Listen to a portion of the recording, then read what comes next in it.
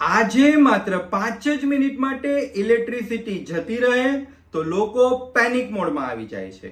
એસી વગર તો કેવી રીતે જીવી શકાશે? પરંતુ સવાલ એ છે કે જ્યારે એસી નહોતા, ફ્રીજ નહોતા, કોલ્ડ ડ્રિંક્સ નહોતા, ત્યારે ભારત 45 ડિગ્રી ટેમ્પરેચરમાં કેવી રીતે જીવતું હતું? આ ગરમી નવી નથી. હા, તેનું સ્વરૂપ ચોક્કસ બદલાયું છે, પરંતુ લૂ, બફારો, જમીનનું તપવું, પર્વતોનું તપવું, આ બધું પહેલા પણ હતું જ.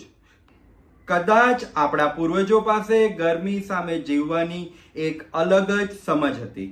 એ લોકો માત્ર પાણી નહોતા પીતા, એ લોકોએ પોતાનું આખું જીવન ગરમી પ્રમાણે ડિઝાઇન કરેલું હતું. ઘર, ખાવાનું, પીવાનું, સૂવાનું, કામ કરવાનો સમય, બધું જ. અને એટલા માટે જ આપણા પૂર્વજો એસી વગર સર્વાઈવ કરી શકતા હતા. આજે આપણે જોઈશું કે ભારત ગરમીની પ્રમાણે કેવી રીતે એડપ્ટ થયેલું હતું અને શું આપણે આ સમજ ધીરે ધીરે ગુમાવી રહ્યા છીએ.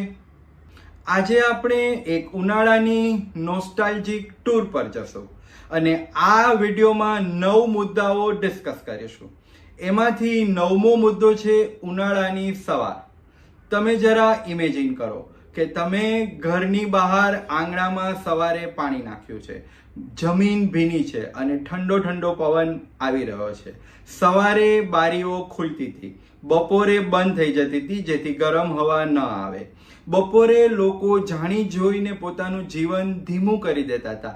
ઝાડની નીચે બેસતા હતા, ઓટલે બેસતા હતા, છાયામાં બેસતા હતા. અને હા, જમ્યા પછી ઊંઘી જવું એ આળસ નહોતી, એ જીવનને સ્લો કરવાની એક પદ્ધતિ હતી. કારણ કે 45 ડિગ્રીએ શરીરને પણ સ્લો થવું હોય છે અને એટલા માટે જ આપણે બપોરે આરામ કરતા. સાંજ પડતા આપણે જ્યારે ટેરેસ હોય તો ટેરેસમાં પાણી નાખતા જેથી ઉપરથી નીચે ટેરેસ ગરમ ન થાય અને આપણને નીચે ઠંડી હવા આવે. અને પછી રાત્રે અગાશીએ કે ધાબાએ સૂતા. આવી રીતે એક નોર્મલ જીવન આપણે ગરમી પ્રમાણે એડપ્ટ કરતા હતા. હવે બચ્યા 8 મુદ્દા. ચાલો 8મો મુદ્દો જોઈએ, માટલાનું પાણી. આપણે શરૂઆત કરીએ એક સિમ્પલ માટલાથી. પહેલાના જમાનામાં ઘરે ઘરે આ માટલા જોવા મળતા હતા અને ઠંડુ પાણી આપણને ફ્રીજ નહોતું પૂરું પાડતું, પરંતુ આ માટલું પૂરું પાડતું હતું. આ માટલામાં ઠંડુ પાણી કેવી રીતે રહે છે? તો જે માટલાની માટી છે એમાં નાના નાના છિદ્રો આવેલા હોય છે અને આ છિદ્રોમાંથી સતત પાણીનું બાષ્પીભવન થતું રહે છે અને આ જે બાષ્પીભવન છે એ એક નેચરલ કુલિંગ ક્રિએટ કરતું હતું. સતત બાષ્પીભવનના કારણે માટલાનું પાણી માત્ર ઠંડુ નહોતું, એમાં લાઈફ હતી, એ આપણને જીવંત લાગતું હતું. અને બીજું, માટલાનું પાણી છે તે ફ્રીજના પાણીની જેમ એગ્રેસિવ ઠંડક નથી આપતું, એટલે શરીરને શોક નથી લાગતો, પરંતુ ધીમે ધીમે ઠંડુ થાય છે. એટલા માટે જ આપણા વડીલો કહેતા કે માટલાના પાણીની મજા કંઈક ઓર જ છે. માટલાનું પાણી છે તે માત્ર વોટર સ્ટોરેજ નથી, એ ગરમી સામે આપણી સર્વાઈવલ ટેકનોલોજી છે. 7મો મુદ્દો, ઘર ગરમી સામે કેવી રીતે બનાવવામાં આવતા હતા.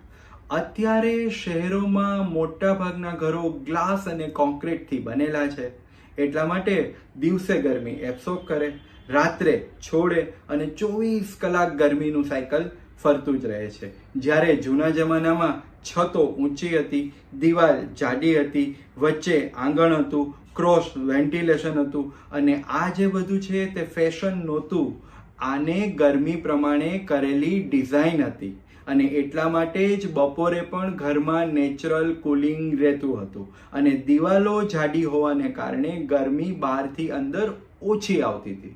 સાંજે લોકો છત પર સૂવા જતા, એનું કારણ એ જ હતું કે કોન્ક્રીટની ગરમીથી બચી શકાય અને શરીરને આરામ મળે. આજે લોકો આખી રાત એસીમાં સૂવે છે, છતાં પણ થાકેલા સવારે ઉઠે છે. પરંતુ પહેલાના જમાનામાં ઉપર પરસેવો આવતો હતો, છતાં પણ બોડી એડોપ્ટ કરીને ફ્રેશ રહેતું હતું. જો કે આ બધા પોઈન્ટર છે એ શહેરના સાપેક્ષમાં કદાચ અત્યારે આપણને પ્રેક્ટિકલ ન લાગે, પરંતુ આમાંથી ઘણી બધી વસ્તુઓ આપણે એડોપ્ટ કરીને અત્યારે પણ ઘરનું તાપમાન નીચું રાખી શકાય છે. અને છઠ્ઠો મુદ્દો છે ખસના પડદા અને દેશી કુલિંગ સાયન્સ. જૂના જમાનામાં ખાસ કરીને ગરમ વિસ્તારોમાં ખસના પડદાઓ લગાડવામાં આવતા હતા. તેને બપોરે પાણીથી ભીંજવી દેવામાં આવતા હતા, એટલે જે બહારની હવા જ્યારે ઘરમાં અંદર આવે ત્યારે તે ઘરની અંદર નેચરલી કુલ ફીલ કરાવતા હતા.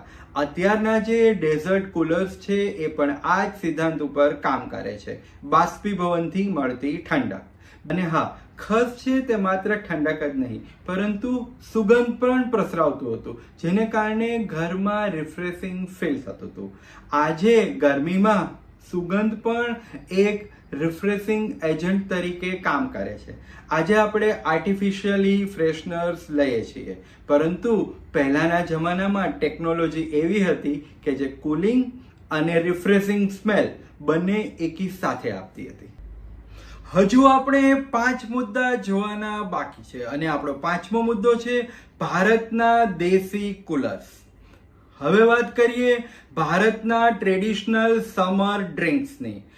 આ ડ્રિંક્સ માત્ર ટેસ્ટ માટે નહોતા, પરંતુ તે ભારતમાં ગરમી સામે સર્વાઈવલ સિસ્ટમ હતા.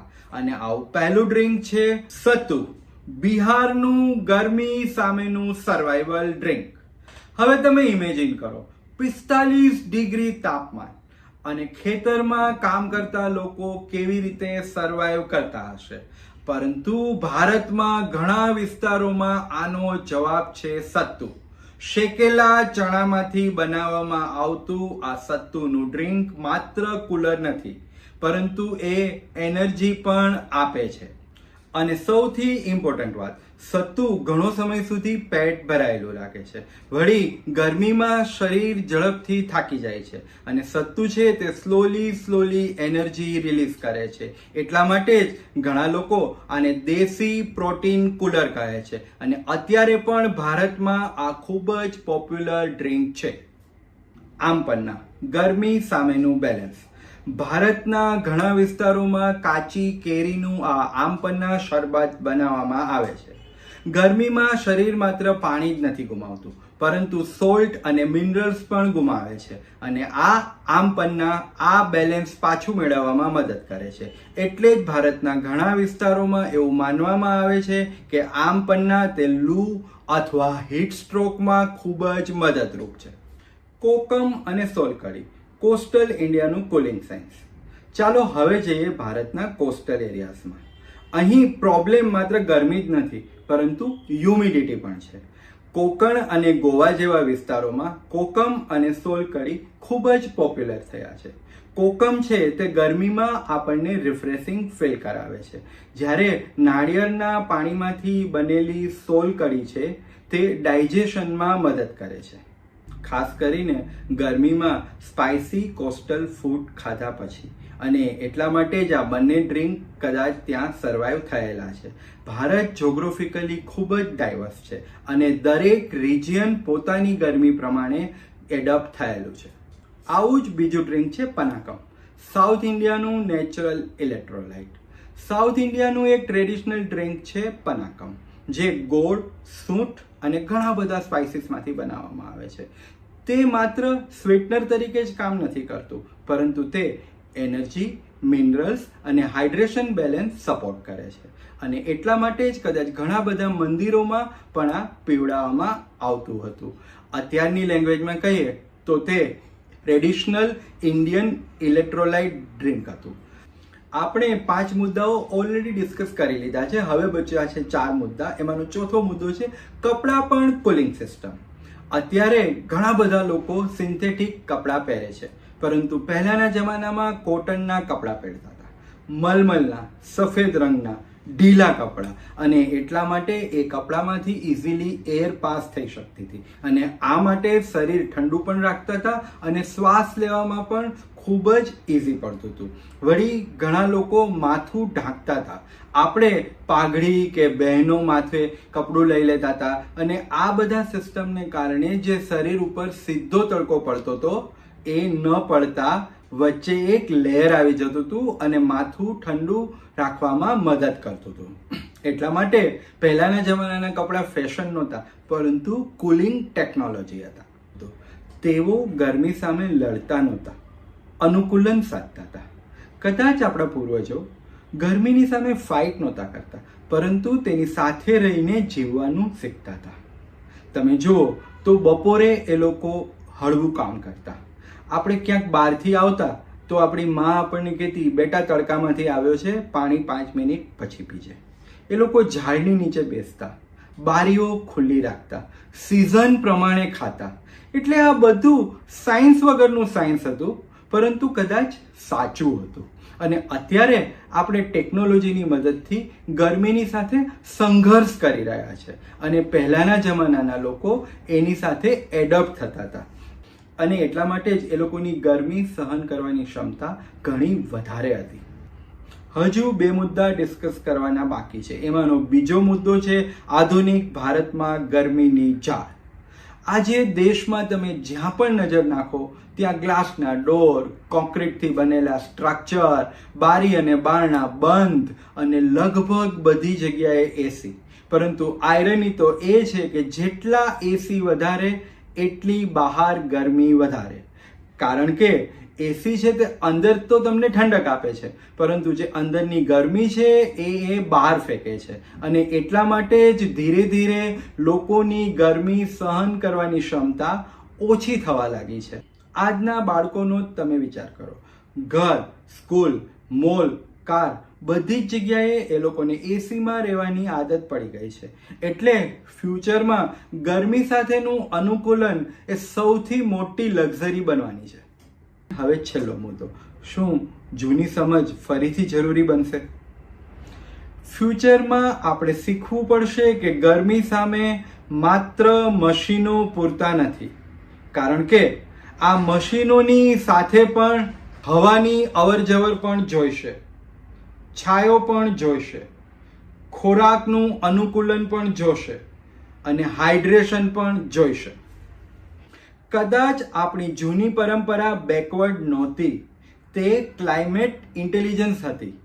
દરેક પ્રદેશ પોતાના હવામાન પ્રમાણે ઇવોલ્વ થયેલો હતો, અને કદાચ આપણી આજની સૌથી મોટી પ્રોબ્લેમ ગરમી નથી, પરંતુ પ્રોબ્લેમ છે આપણું કુદરતની સાથે ડિસ્કનેક્ટ થવું. આખરે વાત સિમ્પલ છે.